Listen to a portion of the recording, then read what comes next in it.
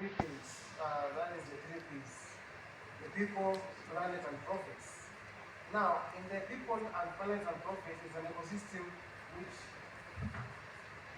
Sorry, we are good now.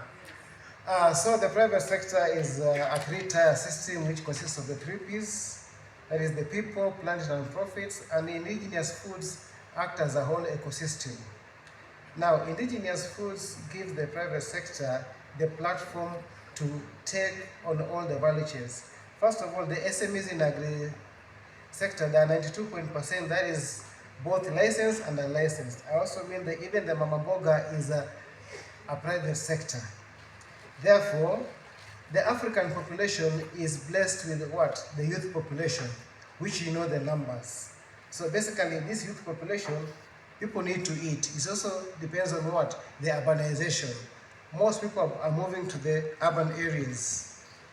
Now, with the urbanization, it means that foods have to move across the regions, across the boundaries, and even across intertrade, whether within Africa or out of Africa. So basically, it means that they can either move in a raw form or processed. But because they are processed, which means that they have to take a longer shelf life.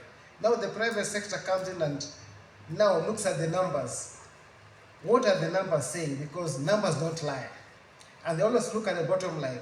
They look at the trends. So the private sector now, after looking at all the ecosystem, now looks around both the opportunities and the weaknesses. And trust me, Africa is full of problems. And you know what? Where the problems, which means solutions can be found. The private sector now jumps in and says, we have to give solutions in conjunction with the researchers, academia, development partners.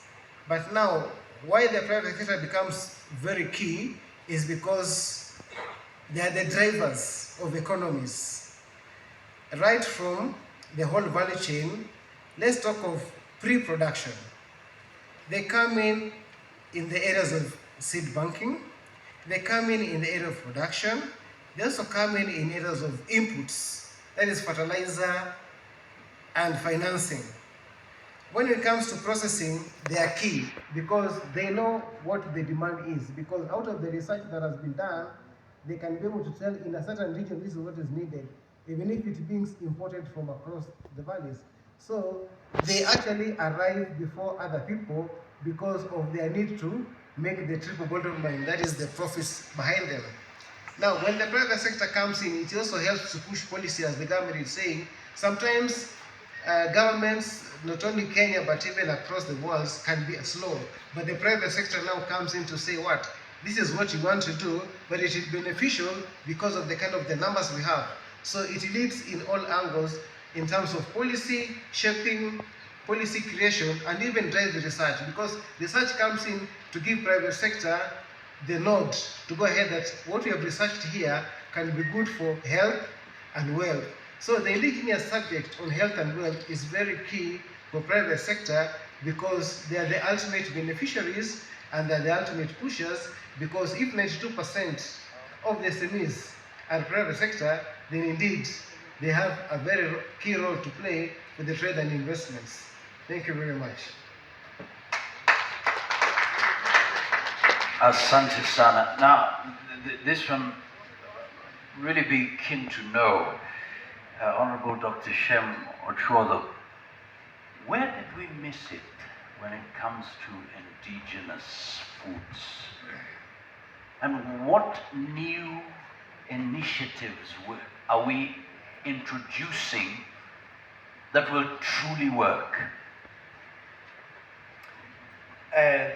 Thank you, Brother Mwekazi, Excellency, First Lady, distinguished guests.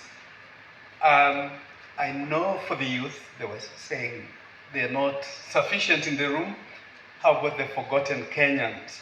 I know there's a hashtag, so the diaspora, if that's circulated, they can be participating in this event as well. Some may be surprised to note that we have Kenyans who grow indigenous foods outside. Like we have a lady in Netherlands, they only have a 3-month window when they have sunshine, but she still grows managua and all that and sells around Normally she doesn't have enough. She can't meet the demand. So Kenyans outside the country require these products. I must compliment the organizers of this meeting, and I'm reminded of, if we were in Rwanda, I once served President Kagame. He seemed to have all the solutions here. He would say, can these guys be put in an incubator?